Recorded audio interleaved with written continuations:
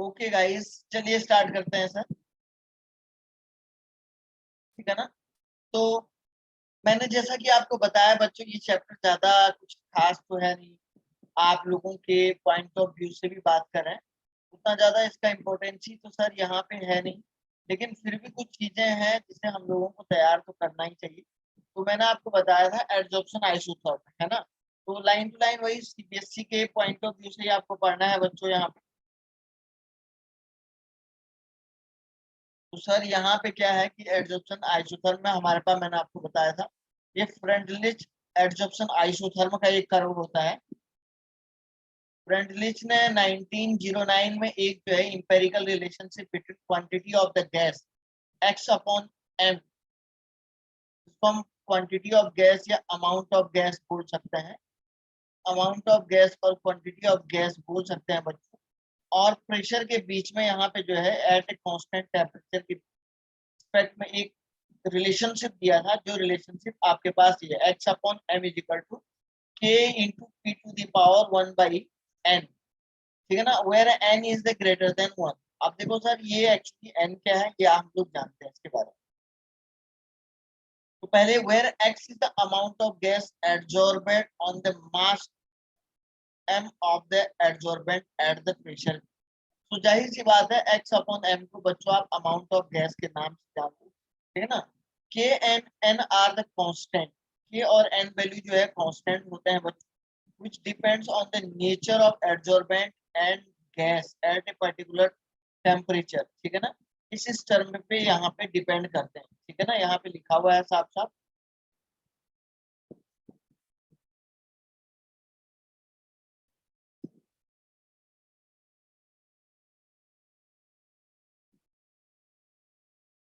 ठीक है ना। तो सर ठीक है, आपने क्या बताया था, X upon M is equal to, मैंने यहाँ पे लिखा हुआ है बच्चों A into P to the power 1/n। इसके आगे लॉग लगा दो, तो log X upon M is equal to क्या हो जाएगा, ये आपका हो जाएगा sir log K plus 1/n into log क्या हो जाएगा, लॉग पी। इस तरीके से ये वैल्यू ऐसे आ जाएगी। ठीक है ना। सर ये टर्म आपका इस तरीके से आ जाएगी। तो आप देख रहे हैं यहाँ पे ग्राफिकल रिप्रेजेंटेशन देख सकते हैं बच्चों। y is equal to M X plus C का ग्राफ आपके पास आ रहा है। C plus M into X का एक ग्राफिकल रिप्रेजेंटेशन आपके पास ऐसे आ रहा है। ये बिल्कुल इस तरीके से आ रहा है, और इसका स्लोप यहाँ पे आप देख रहे हैं 1/n के रिस्पेक्ट में ऐसा। तो आप इस स्लोप को इस तरीके से मेजर भी कर सकते हैं, क्योंकि जितना ज्यादा इसमें जो है, जितना ढलान आया है, इतना स्लोप इसमें आया हुआ है, इस तरीके से आप इसको मेजर भी कर सकते हैं। ओके, कोई भी दिक्कत वाली बात नहीं होनी चाहिए। ठीक है ना, जैसा कि मैंने आपको बता दिया। ठीक है ना। तो ये क्वेश्चन यहाँ पे दी हुई है, the validity of friendly isotherm can be verified bye plotting. इस तरीके से ग्राफ हम लोग बना रहे हैं। ठीक है ना। और एक 1/n यहाँ पे आप देख रहे हैं क्या इंटरसेप्ट दे रहा है, क्या इसका स्लोप दे रहा है, यहाँ पे साफ साफ लिखा है। Friendly isotherm explain the behaviour of adsorption in an approximate manner. The factor 1/m can have value between 0 to 1 के बीच में इसकी वैल्यू हो सकती है। 0 से 1 के बीच में इसकी हो सकती है 0.1 0.5 इसकी प्रोबेबल रेंज। ठीक है ना। तो यहाँ पे ये टर्म इसके बारे में कुछ इंफॉर्मेशन दी गई है बच्चों, जो कि आप लोगों ने पढ़ किया है।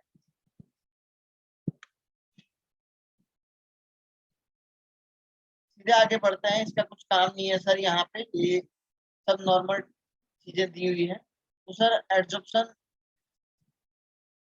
हम सॉल्यूशन, ठीक है ना, सॉल्यूशन फेज से कैसा एडजॉर्प्शन होगा सर, उसके बारे में बताइए। हम लोग बच्चों जरा सा इस चैप्टर को जल्दी से हम कंप्लीट कर देते हैं, ज्यादा कुछ लेना देना नहीं है। थ्योरी की थ्योरी है, सारी आपको लिखनी है, कुछ ज्यादा इंपॉर्टेंट खास नहीं। देखो, solid can adsorb solute from the solution. Solid आपको पता है सॉल्यूट को जो है, ठीक है ना, इस तरीके से सॉल्यूशन से एब्जॉर्ब करते हैं। When A solution of acidic acid in water is shaken with charcoal. Acidic acid और वाटर का जो सॉल्यूशन होता है उसको चारकोल के साथ अगर हम शेक करते हैं, a part of the acid is absorbed by the charcoal, and the concentration of acid decreases. Concentration of the acid decreases in solution similarly. वो कह रहा है अगर आप एसिडिक एसिड के सॉल्यूशन में, एसिडिक एसिड के सॉल्यूशन में बच्चों आपसे ये कह रहा है कि आप वाटर के साथ अगर मिक्स करके इसको जो है चारकोल में, एसिडिक एसिड और वाटर का जो सॉल्यूशन होगा ना, इसको अगर आप चारकोल में मिक्स करोगे तो मिक्स करने के बाद आप देखोगे तो जो एसिडिक एसिड है वो एब्जॉर्ब हो जाती है, एब्जॉर्बेड बाय द चारकोल।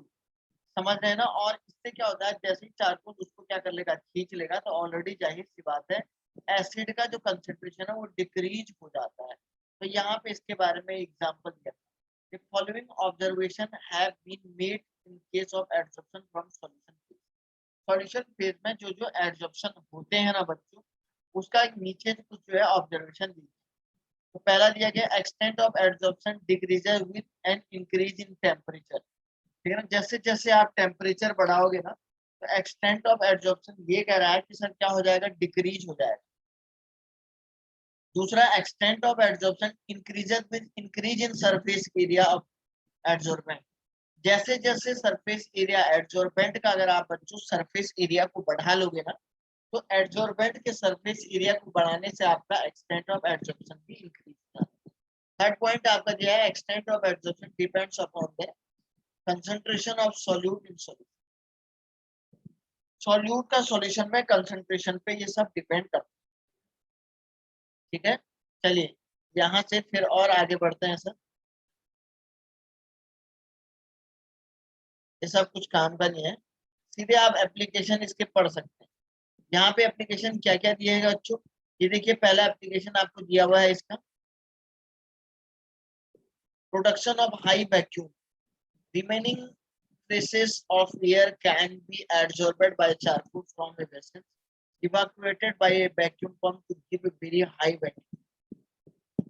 मतलब कहीं भी अगर आपको वैक्यूम का कंडीशन या वैक्यूम का इन्वायरमेंट अगर आपको कहीं पे देना होता है ना, तो आप जो है एब्जॉर्प्शन की प्रोसीजर को करवा सकते हैं। दूसरा गैस मास्क, गैस मास्क में हम लोग इसको यूज करते हैं। It device consist of activated charcoal और mixture of adsorbent is usually used to breathing in coal mines and adsorb the poisonous gases. आपने जैसे देखा होगा कोल माइंस की, कोल माइंस देखी होंगी ना, तो कोल माइंस में क्या होता है, वो क्या करता है, जो भी वहां पे जो भी मजदूर जाता है ना कोयला को निकालने के लिए, कोल को निकालने के लिए, तो उसमें क्या होता है कि सर उसके नाक में कोयला जाने की पॉसिबिलिटी रहती है। तो ब्रेन में क्या हो जाएगा, कार्बन जमा हो जाएगा, कार्बन जमा होगा तो दिक्कत हो जाएगी। तो बेसिकली क्या होता है, वो एक गैस मास्क लगाता है, उस गैस मास्क क्या करता है, अपने लेयर पे जो है जितना भी चारकोल आता है, जितना भी चारकोल आता है ना, या जो भी कोल आता है ना सर, उस कोल को क्या कर देता है, जमा कर देता है। ठीक है ना। तीसरा यहाँ पे दिया है कंट्रोल द ह्यूमिडिटी और रिमूवल ऑफ कलरिंग मैटर, थोड़ा सा दो चार आपके दिखेगा। ठीक है ना, ज्यादा तो नहीं है बच्चों, खास इतना नहीं है। अब देखो क्वेश्चन यहाँ पे दिए गए हैं, write any two character of the chemisorption. Chemisorption और फिजियोप्शन में आप डिफरेंस पढ़ सकते हैं, उसके बेस पे आप लिख सकते हैं। ठीक है ना। Why does the physisorption decrease with increase in temperature, increase of the temperature. Physisorption के बारे में भी हमने आपको जो है बताया कि कहाँ से क्या करना है, वो आप थोड़ा बहुत लिख लीजिएगा। इनमें से एक क्वेश्चन आएगा बोर्ड में, आप समझ रहे हैं ना, सारी बुकलेट नहीं आएगी। अच्छा, आप लोगों को एक बात पता है ना बच्चों कि सीबीएसई ने सिलेबस को रिड्यूस कर दिया है, पता है क्या सबको। रिड्यूस थोड़ी किया है, पैटर्न चेंज किया ना। थोड़ा सा कम कर दिया ना सिलेबस, पता नहीं है क्या। नहीं नो सर, सर, नहीं पता है। अच्छा, कुछ लोग गुजरात बोर्ड वाले होंगे, गुजरात बोर्ड में अभी कुछ बताया नहीं ना ऐसा। नहीं नहीं सर, सर। कुछ नहीं बताया। हाँ, पिछले बार गुजरात बोर्ड में ये चैप्टर नहीं था, समझ रहे हैं ना, तो बोर्ड से ये चैप्टर रिमूव किया हुआ था। तो सर इस बार ही मैं इसको पढ़ा रहा हूँ, तो इसलिए मुझे लग रहा है क्या पता आगे की गाइडलाइन आने तक मुझे लग रहा है ये चैप्टर क्या हो जाएगा, क्या पता ना हो जाएगा फिर से। इसलिए हम लोग ज्यादा इस पे टाइम वेस्ट ना करें तो बढ़िया रहेगा, समझ रहे हो ना बच्चों। सर जेई में भी ये चैप्टर नहीं है, ज्यादा ये वेटेज। चैप्टर ज्यादा नहीं आता ना के बराबर आता बेटा, ये ना के बराबर बहुत कम आएगा ये। समझ रहे हैं ना, उतना ज्यादा इम्पोर्टेंस इसका नहीं है। ठीक है, उतना ज्यादा इसका इम्पोर्टेंस ही नहीं है। ज्यादा इंपॉर्टेंट होता तो बात अलग थी, बिल्कुल ना के बराबर आएगा। देखिए कैटालिस्ट, अब हम लोग पढ़ते हैं सर कैटालिस्ट।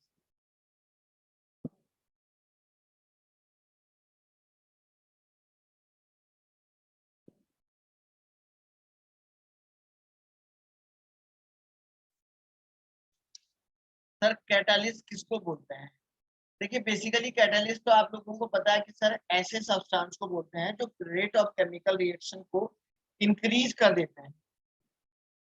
क्या हम लोग बोलते हैं sir rate of chemical reaction को क्या कर देते हैं, डिक्रीज कर देते हैं या इंक्रीज कर देते हैं, बात ठीक है ना। तो देखिए यहाँ पे क्या है, एक टर्म हमारे पास पोटेशियम क्लोरेट आपको दिया गया है, ये जो है क्या कर रहा है, KCl और में कर रहा है, आसानी से डिकम्पोज हो रहा है इस temperature. However a little of manganese dioxide is added, the decomposition takes place at the considerably lower temperature। आप देख रहे हैं इस रिएक्शन को, आप देख रहे हैं बेसिकली होने के लिए आपको इतना ज्यादा टेम्परेचर। अब वो कह रहा है अगर आप इसमें आप MnO2 को मिला लेते हैं तो आपको अब टेम्परेचर की जरूरत कम पड़ेगी। क्यों? क्योंकि सर वो जो कैटालिस्ट है उससे ज्यादा टाइम वो क्या कर देता है, ऑलरेडी रेट ऑफ रिएक्शन को बढ़ा देता है, तो कम टेम्परेचर पे ही वो रिएक्शन पॉसिबल होनी स्टार्ट हो जाती है। तो ये इसके बारे में एग्जांपल ऐसा दिया गया है, ठीक है ना, तो आप देख सकते हैं इसमें।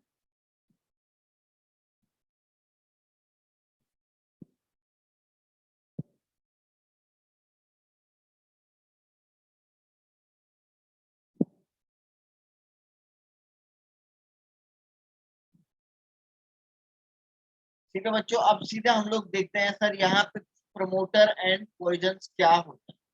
प्रमोटर एंड पॉइजन्स के बारे में हम लोग पढ़ते हैं। सर यहाँ पे promoter are the substance that enhance the activity of catalyst. Promoter का मतलब होता है जो कैटलिस्ट की एक्टिविटी को बढ़ा देते हैं, उसको बोलते हैं प्रमोटर। और पॉइजन्स का मतलब जो कैटलिस्ट की एक्टिविटी को क्या कर देते हैं सर, डिक्रीज कर देते हैं, ठीक है ना। For example in A Haber's process of manufacture of ammonia. Haber process एक अमोनिया को बनाने की प्रोसीजर है जिसमें हम लोगों के पास जो है एक तो आयरन इसमें कैटालिस्ट होता है, दूसरा मॉलिब्डेनम होता है। तो हम लोग बेसिकली क्या बोलते हैं, molybdenum act as a promoter और iron used as a catalyst. Iron आपका यहाँ पे एज ए कैटलिस्ट काम कर रहा है, एज ए कैटलिस्ट काम कर रहा है। और मॉलिब्डेनम बच्चों कैसे काम कर रहा है सर, एज ए प्रमोटर की फॉर्म। आए रे बच्चों, आपको समझ में है या ना, बोलो बोलो रे बालको। नहीं सर, रिपीट करो तो वापस। सर ये जो अमोनिया का बनने का प्रोसीजर है ना, ये अमोनिया का जब फॉर्मेशन होता है, अमोनिया फॉर्मेशन होने पे हम लोग ये बोलते हैं सर, यहाँ पे एक मिनट है,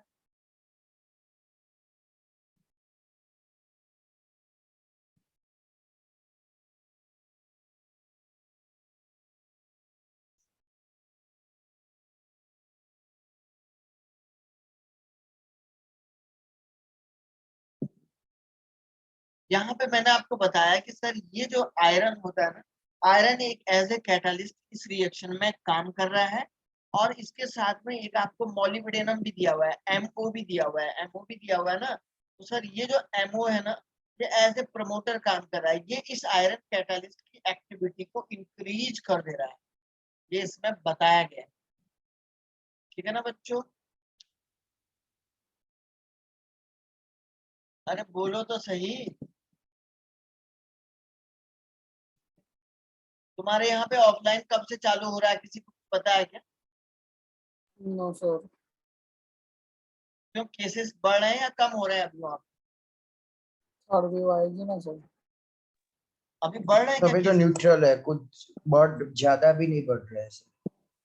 मार्केट पूरे खुल गए क्या? हाँ सर। मॉल और सारे खुले हैं क्या?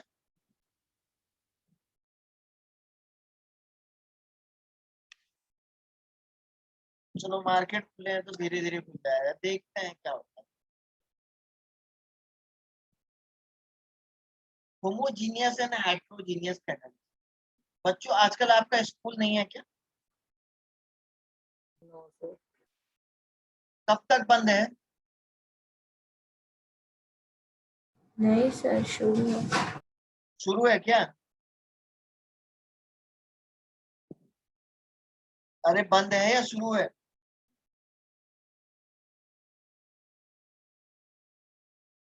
अरे स्कूल बच्चों बंद होगा या आजकल चालू है, कुछ तो होगा, या बंद चल रहे हैं अभी? सर तो ये तो तुम्हारे स्कूल की ऐसी हालत है, पता ही नहीं है। सर यहाँ पे हमने एक चीज पढ़ी है, होमोजीनियस कैटालिस्ट। तो बेसिकली होमोजीनियस कैटालिस्ट क्या होता है? When the reactant and catalyst are in the same. अगर सर कोई केमिकल रिएक्शन जैसे ये हो रही है, आप देख रहे हैं SO2 O2 के साथ रिएक्शन कर रहा है, ये रिएक्टेंट है, कैटालिस्ट NO यहाँ पे SO3 बना रहा है। तो रिएक्टेंट और कैटालिस्ट सर एक ही फेज में अगर होते हैं ना, तो इस टाइप के कैटालिस्ट को बोलते हैं होमोजीनियस कैटालिस्ट। ठीक है ना सर? रिएक्टेंट और कैटालिस्ट का क्या है, एक ही फेज में होना जरूरी है, तब उसको आप होमोजीनियस कैटालिस्ट के नाम से जानते हैं। दूसरा आपके पास है बच्चों heterogeneous catalyst. Heterogeneous sorry hydrolysis of sugar को भी देख लीजिएगा। तो यहाँ पे भी ये शुगर आप देख रहे हैं, ये लिक्विड में है, और ये भी सर ये एक्वस में है, ये भी लिक्विड में है। H2SO4 की प्रेजेंस में ये भी लिक्विड में है, तो ग्लूकोज और फ्रक्टोज बनता है। तो सर यहाँ पे reactant as well as the catalyst दोनों के दोनों सर क्या कौन से फेज में है? लिक्विड फेज में है। तो that's why this is the homogeneous catalyst.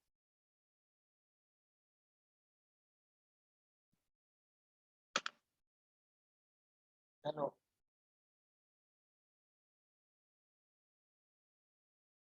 अब देखो बच्चों, हेट्रोजीनियस कैटालिस्ट किसको बोलते हैं सर? हेट्रोजीनियस कैटालिस्ट किसको बोलते हैं सर?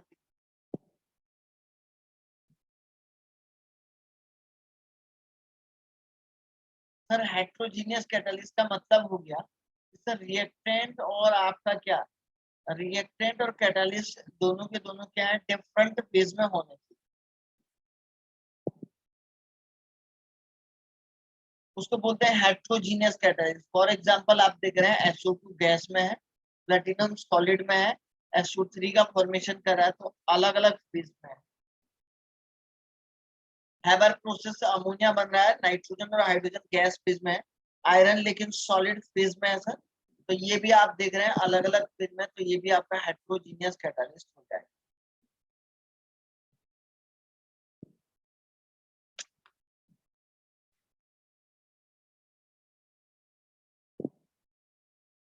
ओके बच्चों, चलिए एक्टिवेशन थ्योरी ऑफ,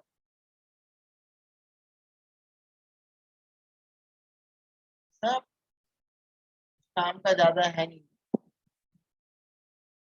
लेकिन सर क्या करें, थोड़ा बहुत तो पढ़ना ही पड़ेगा। Adsorption theory of heterogeneous catalyst. Sir adsorption theory of heterogeneous catalyst किसको बोला जाता है? This theory explain the mechanism of heterogeneous catalyst. Old theory known as the adsorption theory of the catalyst. ठीक है ना? ये आपका बेसिकली एडजॉर्प्शन थ्योरी जो होती है ना, यहाँ पे ये है हेट्रोजीनियस कैटालिस्ट के लिए बारे में बताती है। ठीक है ना? तो उसमें सर कुछ चीजें इन्होंने बताया है कि सर जो किस तरीके से इसकी जो एक्टिविटी है, क्या इसका मैकेनिज्म है। ठीक है ना? तो यहाँ पे देखिए, दी catalytic action can be explained in the term of intermediate compound formation, the theory of which you have already studied in the section इतने में पढ़ा हुआ है। आपको पता है सर, अभी हमने कैटलिस्ट के बारे में पढ़ा हुआ है ऑलरेडी। तो सर इसमें कुछ चीजें बताई गई थी, क्या क्या बताया गया था? Diffusion of reactant to the surface of the catalyst. ठीक है ना? तो सर ये मैकेनिज्म जो है कुछ अलग अलग चीजों पे डिफाइन करती है, जो रिएक्टेंट के डिफ्यूजन को कैटलिस्ट के सरफेस के बारे में। दूसरा ये adsorption of reactant molecule on the surface of catalyst, reactant molecule का एडजॉर्प्शन कैटलिस्ट के सरफेस के बारे में बताती है। तीसरा occurrence of chemical reaction on the catalyst surface, on the catalyst surface, ये सब इसके बारे में बताती है। एक और पॉइंट हम लोग देख देते हैं, desorption of reaction products from the catalyst. ये सब छोटी छोटी चीजें हैं सर, इसको आपको लिखने की जरूरत भी नहीं है, ना कॉपी में लिखना है, बस थोड़ा सा ऐसे ही ध्यान रखना है। ध्यान में क्या रखना है, कुछ ज्यादा हो। ये दे रखा है उसने यहाँ पे सर, मैकेनिज्म दे रखी है। ये आपको जो है ये कैटलिस्ट का सरफेस दिया हुआ है और ये रिएक्टेंट है। तो रिएक्टेंट सर सबसे पहले यहाँ पे क्या कर रहा है, रिएक्टेंट क्या कर रहा है, इसके साथ रिएक्शन कर रहा है, इस पे क्या हो रहा है, डिफ्यूज हो रहा है। ठीक है ना, डिफ्यूज होगा तो आप क्या बोलेंगे, डिफ्यूज होने के बाद ये धीरे धीरे क्या करेगा, इसको एडजॉर्ब करने की प्रोसीजर भी करेगा। सबसे पहले क्या होगा, कैटलिस्ट रिएक्टेंट के साथ जुड़ेगा, रिएक्टेंट के साथ जुड़ेगा तो क्या हो जाएगा, जो रिएक्टेंट है वो कैटलिस्ट की सरफेस पे जाएगा और सरफेस पे जाने के बाद जो है आपस में इस तरीके से बाइंड अप होगा, ये बीच का इंटरमीडिएट बनेगा। बाद में क्या करेगा, रिएक्टेंट अपना काम करने के बाद, सॉरी कैटलिस्ट अपना काम करने के बाद क्या कर देगा, अपने आप खुद को रिमूव कर देगा और रिएक्टेंट को अलग कर देगा। तो ऐसे यहाँ पे भी किया गया है, देख सकते हैं।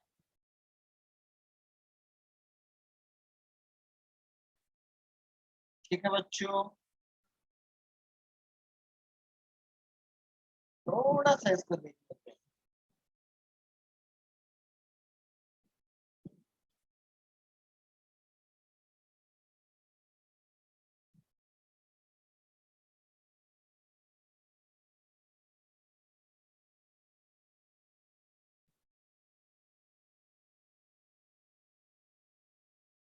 थोड़ा सा सर हम लोग इसको देख लेते हैं, देखिए सर क्या देखना चाह रहे हैं। Shape selective catalysis by zeolite. ठीक है ना, selective catalysis by the zeolite, the catalytic reaction that depends upon the core substructure। यहाँ पे लिखा हुआ है the catalytic reaction that depends upon the core structure of the catalyst and the size of reactant and product molecule called, ठीक है ना, catalyst and the, यहाँ पे लिखा हुआ है, जरा एक मिनट है, catalytic reaction that depend upon the core structure of the catalyst and the size of the reactant and product molecule is called safe selective catalyst। है ना, वो कह रहा है जो कैटालिटिक की रिएक्शन है वो बेसिकली डिपेंड करता है structure of catalyst and size of reactant and product. तो जब स्ट्रक्चर ऑफ रिएक्टेंट और साइज ऑफ प्रोडक्ट पे डिपेंड कर रहा है, ठीक है ना, structure of catalyst, size of reactant and product, इसी को हम लोग बोलते हैं shape selective catalyst. Zeolites are the good shape selective catalyst because of their honeycomb like structure. ठीक है ना, हनीकॉम्ब लाइक स्ट्रक्चर होता है। They are microporous alumino silicate, honeycomb इसको बोलते हैं।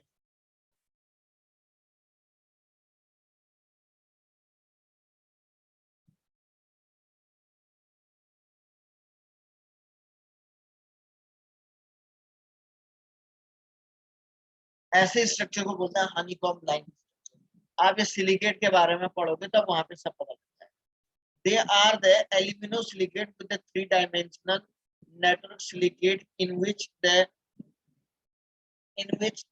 some silicon, ये बीच में silicon atom are replaced by aluminium atom giving the aluminium silicate। जहां जहां बीच में सिलिकॉन होता है उनकी जगह पे एल्यूमिनियम लगा देते हैं तो सर वो आपका एल्यूमिनियम सिलिकेट हो जाता है। तो सेम उसी की तरीके की स्ट्रक्चर होती है जियोलाइट्स, और ये zeolites sir safe selective catalyst की तरह काम करते हैं, मैं ये बता रहा हूँ।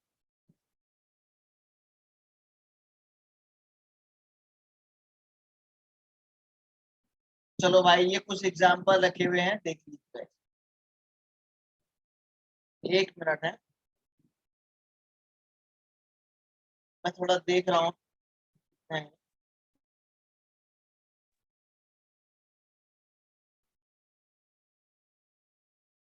अभी बहुत बचा हुआ है बच्चों ये चैप्टर, मुझे लगता है सर बालकों ये बहुत ज्यादा बचा हुआ है।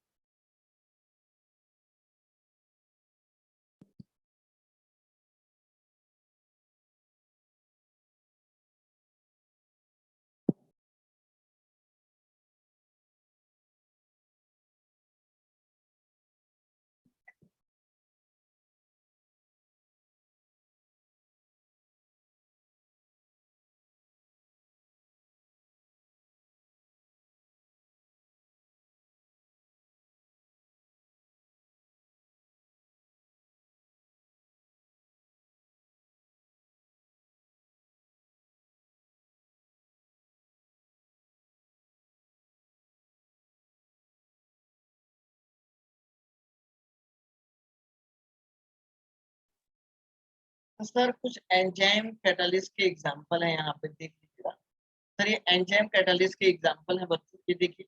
Enzyme are the complex nitrogenous compound है विच, हाईलाइट करता हूँ, नाइट्रोजनस कंपाउंड है which are produced by living plant animal. They are actually protein, ये बेसिकली होते हैं molecule and the high molecular mass वाले कंपाउंड है, कोलाइडल सॉल्यूशन इन वाटर, सब इसमें होता है, ठीक है ना। तो सर ये इसके बारे में कुछ एग्जांपल है, देखिए पहला उसमें दिया हुआ है इन्वर्जन ऑफ शुगर, है ना सर। इन्वर्जन ऑफ शुगर को देख लीजिएगा बच्चों। तो इन्वर्जन ऑफ शुगर में आप देख पा रहे हैं कि सर यहाँ पे जो है कैन शुगर आप देख रहे हैं, कैन शुगर को वाटर के साथ रिएक्शन करवा रहे हैं, इस तरीके से इसमें ऐसा कुछ हो रहा है। दूसरा आपके पास है conversion of glucose into ethyl alcohol, ठीक है ना। आप कन्वर्ट इनटू, ये आप देख रहे हैं इस तरीके से ये स्ट्रक्चर होती है, ग्लूकोज को जाइमेज एंजाइम की प्रेजेंस में रिएक्शन करवाते हैं। तो बायो वाले बच्चे बहुत अच्छे से जानते हैं,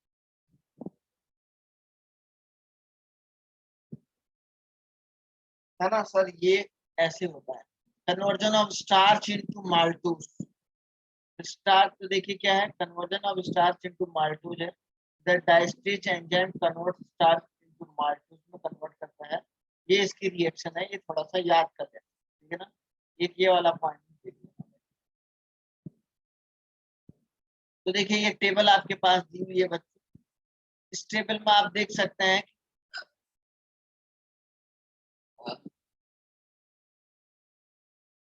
इस टेबल में आप देख सकते हैं बच्चों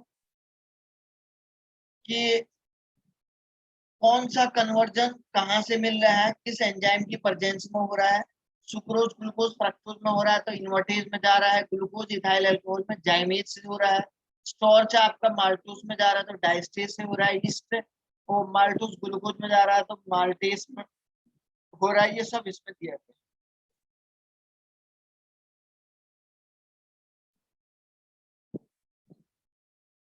कैरेक्टर्स ऑफ द एंजाइम यहाँ पे दिया गया है,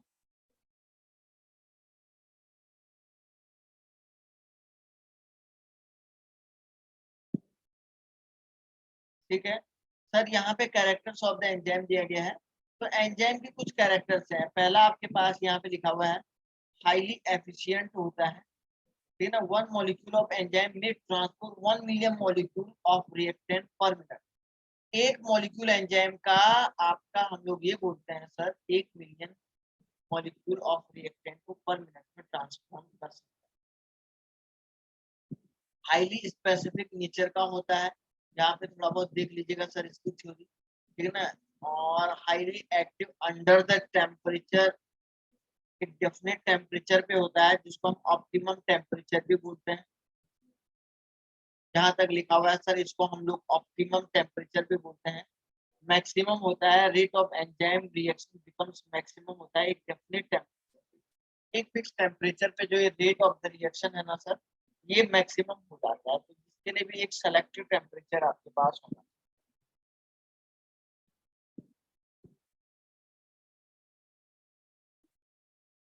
ठीक है ना बच्चों।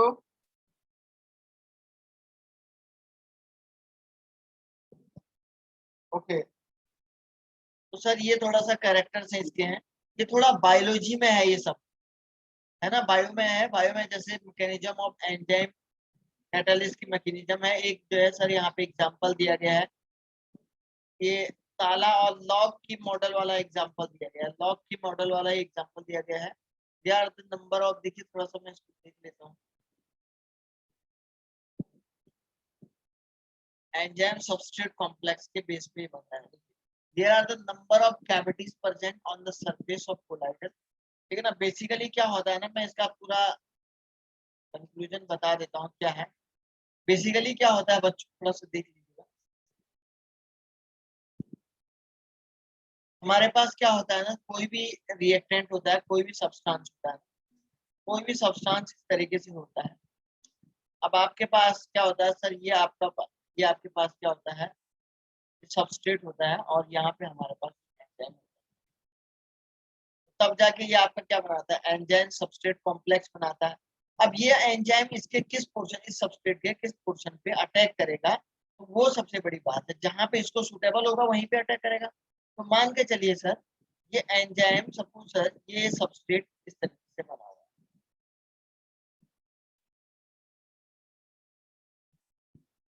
और आपका एंजाइम कैसे है सर, इस तरीके से।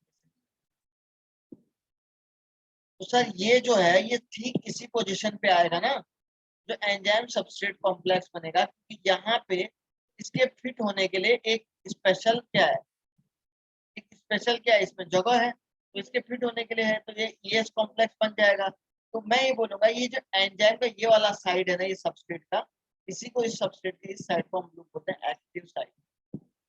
तो तब जाके एंजाइम सबस्ट्रेट कॉम्प्लेक्स बनाता है, और बाद में वो फिर से एंजाइम और प्रोडक्ट में कन्वर्ट हो जाता है। एंजाइम सेपरेट हो जाता है ना, एंजाइम सेपरेट हो जाता है। जैसे आपको पता है ताला और चाबी वाला मॉडल है, चाबी जो की है लॉक, जो की वाला होता है वो एंजाइम होता है। की आपको पता होना, ठीक उसी खांचे में फिट होता है, फिट उसी शेप में फिट होता है जहाँ पे ताला इस तरीके से के क्या है एकदम बना होता है, बिल्कुल फिट यहीं पे जाता है, तब जाके वो लॉक हो जाता है ना। तो वही तो एंजाइम सब्स्टिट्यूट, यही तो मैकेनिज्म। अरे समझ में आया बच्चों, कुछ तो आ रहा होगा शायद। आ रहा है बेटा? नहीं सर। कौन सा नहीं आया भाई? ये एक्चुअली इसमें टाइम लगा कि कोई फायदा नहीं है। अगर तुम बोलेंगे कि सर इसको आप जो है वो करवाइए, तो इसमें कुछ ज्यादा रोल नहीं है, तो इसमें क्या फायदा बता। अब ये ना तो एग्जाम में आएगा एंजाइम सबस्ट्रेट कॉम्प्लेक्स, क्या करोगे बताइए। तो टॉपिक पर समझा दो ना वापस सर थोड़ा शॉर्ट मैंने में। आपको बताया बच्चों, देखो सपोज ये सबस्ट्रेट बनाया हुआ है और ये आपका एंजाइम, तो ये एंजाइम इसके किस पोजीशन पे अटैक करेगा, तो सर ये एंजाइम उसी पोजीशन पे अटैक करेगा जहां पे इसको अटैक करेगा। सुटेबल जगह बनी रहेगी। सर सुटेबल जगह कहाँ पे बनी रहेगी? सुटेबल जगह बच्चों, सपोज इस पे ऐसा करते हैं, यहाँ पे आसानी से इसको आसानी होगी ना अटैक करने के लिए, आसान होगा ना, इसको फिट हो जाएगा ना। जब ये यहाँ पे फिट हो जाएगा तो यही जो है यही पोजीशन इसके लिए क्या होगी, सुटेबल होगी। और इस साइड को हम एक्टिव साइड बोलते हैं। तो एंजाइम तो कहने का मतलब ये है कि एंजाइम किसी भी सबस्ट्रेट के एक फिक्स लोकेशन पे अटैक करता है, जहां पे उसके लिए अटैक करने के लिए एक सुटेबल लोकेशन होती है। ये मैं कह रहा हूँ, ठीक है। अब आया बेटा? यस।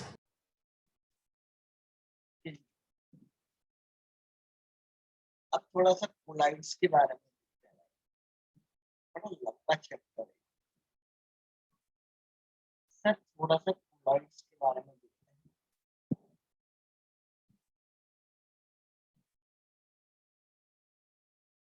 कोलाइड्स करने के बाद तब मैं आपको सॉलिड्स पढ़ाऊंगा। सर कोलाइड्स क्या होते हैं? We have learned in it too that solution are homogeneous system. ये बहुत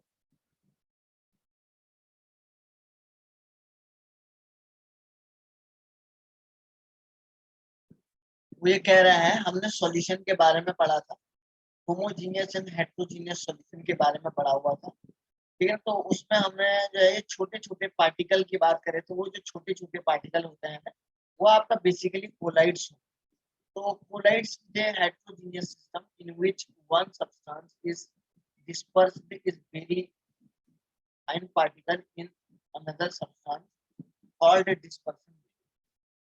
कहने का मतलब ये है कि सर बेसिकली कोलाइड्स क्या होते हैं, एक which one substance is dispersed is very, मतलब dispersed का मतलब होता है उसमें डिफ्यूज है, फैले हुए, is very and fine particle in another substance। एक सब्सटेंस के ऊपर दूसरे सब्सटेंस जो है बढ़िया तरीके से क्या होते हैं, बिखरे हुए रहते हैं, ठीक है ना। तो उस तरीके के पार्टिकल को बोलते हैं कोलाइड्स, ठीक है ना। और जिस मीडियम में वो रहते हैं उसको बोलते हैं डिस्पर्शन मीडियम, और जो सब्सटेंस होते हैं उसको बोलते हैं डिस्पर्स पार्टिकल। जो पार्टिकल उस तरीके से बिखरे होते हैं, जैसे मान के चलो मैंने कहा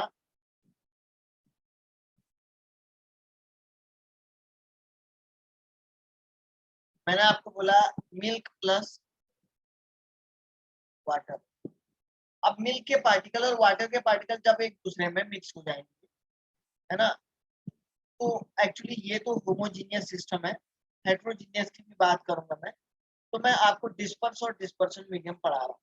तो आप देखिए डिस्पर्शन मीडियम, तो वाटर क्या होगा, ज्यादा होगा। वाटर क्या होगा, ज्यादा ले लिया हम। वाटर में अगर हमने क्या किया, मिल्क को डाला, तो आप देखिए वाटर क्या आपका डिस्पर्शन मीडियम हो जाए।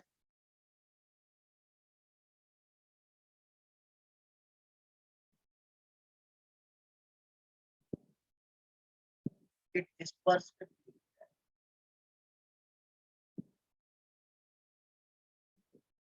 या मैंने आपको बोला सैंड प्लस वाटर, भाई मिट्टी और पानी का सॉल्यूशन, पानी क्या हो जाएगा, डिस्पर्शन मीडियम हो जाएगा, इसी में तो फैले रहेंगे।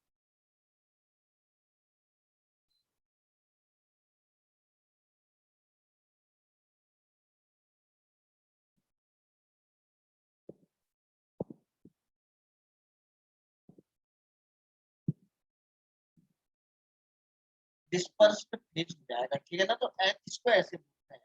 अब देखो बच्चों, यहाँ पे एक बात और मैं आपको बता देता हूँ।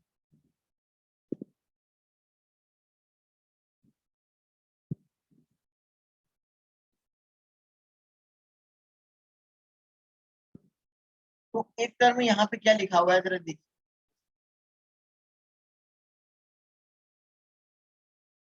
Essential difference between the solution between a solution and collide is that of particle size. Solution और पार्टिकल कोलाइड में जो है क्या होता है, अगर डिफरेंस की बात करते हैं तो पार्टिकल के साइज से हम डिफाइन करते हैं, ठीक है ना। सर यहाँ पे देखिए, एक मिनट है, सॉल्यूशन इन ए, थोड़ा सा बढ़िया से डिफाइन नहीं किया हुआ है।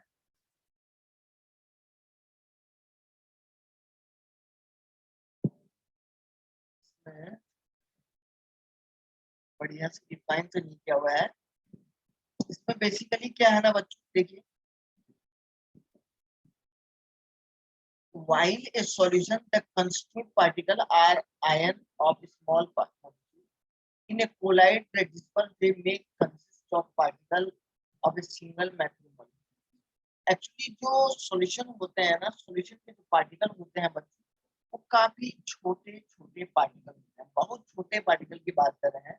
तो colloidal particle are larger than simple molecule but smaller through a remaining suspended। अब एक्चुअली सर मैं आपको एक बात बता देता हूँ, एक सॉल्यूशन है, एक सॉल्यूशन है, इस सॉल्यूशन में अलग अलग साइज के पार्टिकल, एक तो बिल्कुल स्मॉल साइज वाले, सबसे स्मॉल साइज वाले पार्टिकल, उसके बाद एक क्या होंगे, मीडियम साइज वाले होंगे, और एक क्या होंगे, थोड़ा सा मोर देन मीडियम से होंगे, ज्यादा तो नहीं, बहुत कम। स्मॉल साइज वाले पार्टिकल सॉल्यूशन में हम लोग बोलते हैं नॉर्मल पार्टिकल, और जो मोर देन मीडियम जो होता है उसको बोलते हैं सस्पेंडेड पार्टिकल।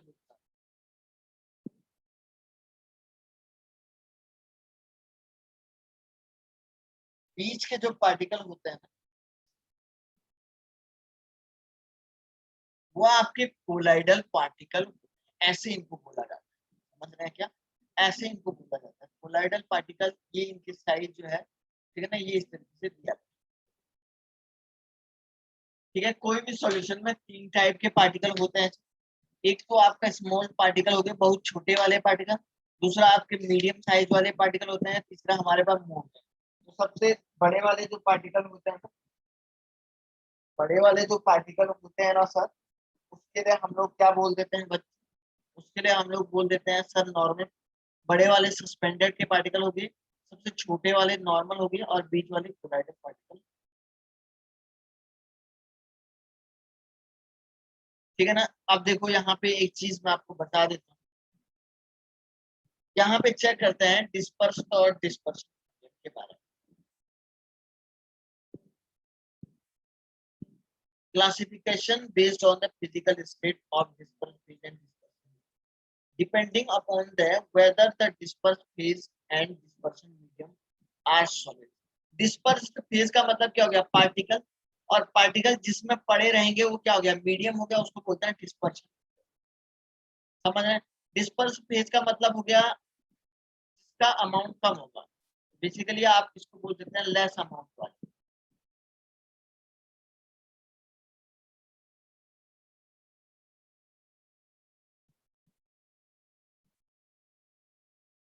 इसको मोर अमाउंट वाले पार्टिकल। आओ देखो, अगर सपोज आपने कहा डिस्पर्स फेज सॉलिड है और मीडियम भी सॉलिड है, तो वो उस टाइप के कोलाइड को क्या बोलते हैं, सॉलिड सोल बोलते हैं। जैसे आपने क्या किया, शुगर को क्या कर दिया, सॉल्ट के साथ मिक्स कर दिया। अरे शुगर अगर कम होगा तो वो भी फेज हो जाएगा, और सॉल्ट अगर कम होगा तो मीडियम और फेज क्या है, दोनों सॉलिड है। तो बच्चों इसको बोलते हैं, इसको हम लोग क्या बोल देते हैं, सॉलिड। समझ रहे हैं, सॉलिड सोल के नाम से इसको बोलते हैं। कौन से कोलाइड है, सॉलिड सोल। जैसे कुछ कलर्ड ग्लासेस हो गए, जैम स्टोन, ये सब इसी में आते हैं। अब दूसरा देखो सर, डिस्पर्शन मीडियम सपोज आपका सर सॉलिड है, और सॉरी डिस्पर्स फेज सर आपका सॉलिड है, और मीडियम क्या है, लिक्विड है, तो उसको बोलते हैं सोल। अब जैसे आपने देखा होगा पेंट, आपने देखा होगा क्या, पेंट उतना ज्यादा पेंट देखा होगा ना, आपने देखा होगा ना, एकदम विस्कस लिक्विड लिक्विड टाइप का रहता है, रहता नहीं रहता, विस्कस लिक्विड रहता नहीं रहता, बताओ बच्चों, पेंट रहता है ना। अरे विस्कस लिक्विड Yes. लिक्विड रहता है ना। तो लेकिन सर एक बात बताओ, उसका मीडियम तो लिक्विड है, लेकिन उसमें जो विस्कस का मतलब थोड़ा सा सॉलिडनेस आ रही नहीं आ रही, आ रही नहीं आ रही, बोलो, तो वो हो जाएगा। Yes, sir. या जैसे आपने हनी देखा होगा, शहद जिसको बोलते हैं, तो वो है तो लिक्विड, लेकिन सर उसमें क्या है, थोड़ा सा मीडियम सॉलिड आ जाता है ना, तो उस टाइप के उसको बोलते हैं सोल बोलते हैं। ऐसे टाइप के कोलाइड को सोल के नाम से, पेंट या सेल्फ। अगर सर मीडियम भी सॉलिड है और मीडियम सॉरी फेज अगर सॉलिड है, डिस्पर्स फेज सॉलिड है, और मीडियम अगर आपके पास गैस है, तो उसको बोलते हैं एरोसॉल। जैसे आपको स्मोक डस्ट, देखो भाई लकड़ी है, लकड़ी को अगर आप जलाओगे तो सॉलिड लकड़ी को जलाओगे तो काई में बनेगा, काई में कन्वर्ट हो रहा हो, सारा का सारा गैस में कन्वर्ट हो रहा है, तो सर उसको एरोसॉल बोलते हैं, है ना। या डस्ट पार्टिकल भी आप दिख रहे हैं, बिल्कुल रहता तो वो सॉलिड है, लेकिन क्या होता है, वो हवा में उड़ता है तो गैस की तरह बन जाता है, गैसेस पार्टिकल बन जाता है, छोटे छोटे। सर सब ये सब इसके बाद इस पे आपको यहाँ पे दिए गए हैं। बच्चों कुछ आया क्या समझ में? Yes. ओके सर, नेक्स्ट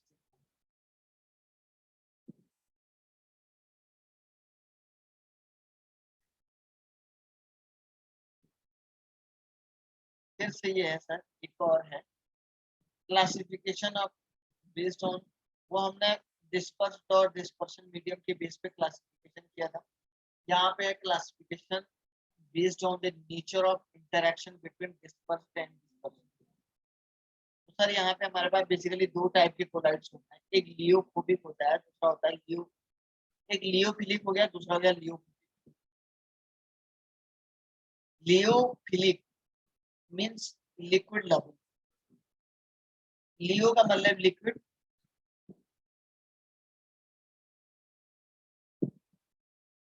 लियो का मीनिंग सर क्या होता है, बेसिकली बच्चों हमारे पास यहाँ पे जो लियो है ना, लियो का मीनिंग सर, लियो का मीनिंग सर लिक्विड से, लियो का मीनिंग सर लिक्विड से है। और सर दूसरा हमारे पास क्या है,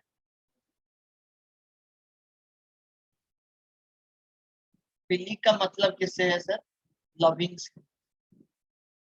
ऐसे कोलाइड्स जो लिक्विड लविंग होते हैं उनको बोला जाता है lyophilic colloids, liquid loving colloids. Colloidal should directly formed by mixing substance like gum, gelatin, starch, rubber, ठीक है ना, इन सब के बने होते हैं ये लिक्विड लविंग कोलाइड्स, ठीक है ना। तो बच्चों an important character of these colloids, this soul is that if dispersion medium is separated from the dispersed phase, ठीक है ना, अगर हम डिस्पर्सन मीडियम को डिस्पर्स फेज से अलग कर देते हैं, say by evaporation, the soul can be reconstituted by simply remixing with the dispersion. अगर हम लोग क्या कर देते हैं बच्चों, डिस्पर्सन मीडियम को डिस्पर्स फेज से अगर मैं अलग कर देता हूँ इस टाइप के उसमें, तो फिर से मैं उस सोल को बना सकता हूँ। जिससे ओनली डिस्पर्सन मीडियम से मैं उसको फिर से बना सकता हूँ। तो ऐसे ऐसे टाइप के जो सोल्स होते हैं इनको रिवर्सिबल सोल्स भी बोलते हैं, जिनको हम लोग दोबारा बना सकते हैं, है ना सर, दोबारा जिसको हम लोग बना सकते हैं ना, उनको हम रिवर्सिबल सोल भी बोलते हैं। अब देखो लियोफोबिक, देखो भाई बच्चों, यहाँ पे एक और हमारे पास है lyophobic. The word lyophobic means liquid hating, मतलब जो लिक्विड से दूर भागने की कोशिश करते हैं ना, उनको बोला जाता है liquid lyophobic. Substance like metal, beer sulphides etcetera when simply mixed with the dispersion medium do not form the colloidal soul. Their colloidal soul can be prepared by the special method। ठीक है ना, ये actually क्या होता है, जो liquid से दूर भागने की बात करते हैं, ये इनके जो है इस तरीके से, इनको हम लोग क्या बोलते हैं कि व्हेन सिंपली जब मिक्स करते हैं डिस्पर्शन मीडियम के साथ, अगर मैं मिक्स करूंगा तो ये आसानी से नहीं बनते हैं। एक सिंपल मीडियम के साथ मिक्स करने से हम लोग सर इनको नहीं बना सकते हैं सर। इनको बनाने के लिए हमारे पास क्या होता है, कुछ स्पेसिफिक मेथड्स होते हैं, उनके बेस पे हम लोग बनाते हैं। ठीक है ना बेटा, चलो देखते रहो आप इसको, देखो है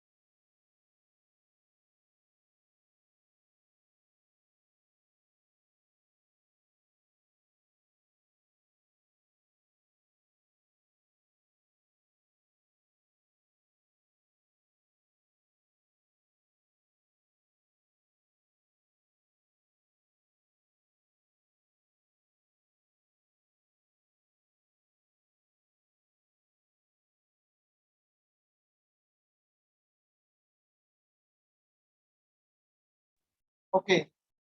तो बच्चों सर ये इस तरीके से लियोफोबिक और लियोफिलिक की कहानी थी। एक छोटा सा टर्म है ये सर, ज्यादा वैसा कुछ लेना देना नहीं है, तब भी थोड़ा सा हमने इस पे डिस्कस कर लिया है। ठीक है ना सर, कोई दिक्कत नहीं है। अब देखो बच्चों एक बात और मैं आपको बता देता हूँ, यहाँ पे हम लोग जो है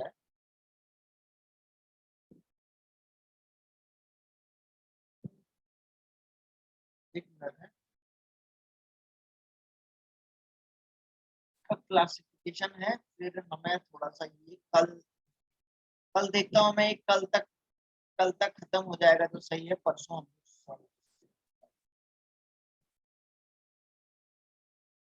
कल शायद खत्म हो जाएगा ये,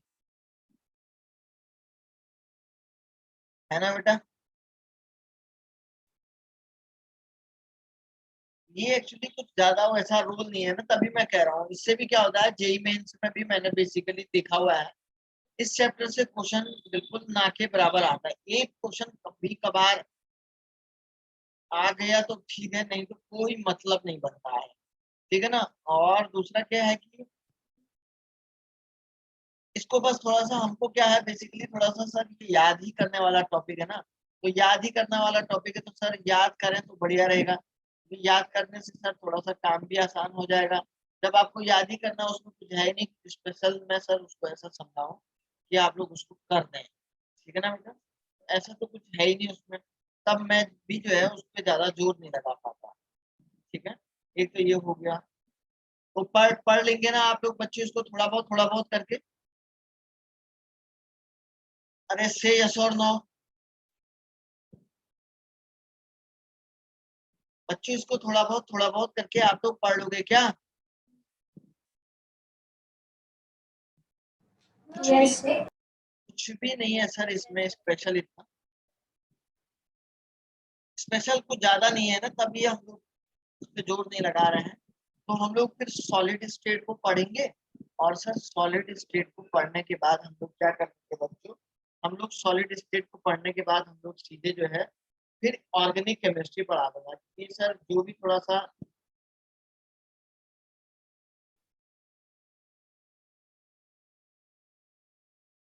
सर ऑर्गेनिक केमिस्ट्री, सर जितना थोड़ा सा क्या रहेगा कि मैं आपको एक बार रिवीजन भी करवा दूं, तो रिवीजन भी करवा लो तो आपका जो पिछला बचा हुआ है ये थोड़ा सा आपके माइंड में भी बना हुआ रहेगा, समझ रहे हैं ना, क्योंकि वहां पे फिर हम लोग जो है जल्दी से चले जाएंगे। सॉलिड स्टेट पे थोड़ा सा समय लगेगा उस पर, ठीक है ना। और एक ऐसा ही चैप्टर और है हमारे पास, मेटालर्जी वाला चैप्टर, सेम इसी की तरह है, उसको हम लोग सीधे पढ़ाएंगे 2022, इस बार नहीं पढ़ाएंगे उसको, हम लोग 2022 में उसको पढ़ाएंगे। तो ऐसा है। तो चलिए बच्चों आज मैं रख लेता हूँ, ज्यादा जो कल हो जाएगा ये कंप्लीट, कल तक मैं इसको कोशिश करूंगा complete करने की। ठीक है ना बच्चों? Thank you, sir. Bye, sir. Okay बेटा, मिलते हैं तब कल के लिए। Bye, sir. Thank you. Okay guys, thank you sir, bye sir. Thank you, sir. Thank you, sir. Bye, sir. Okay guys, चलिए। How to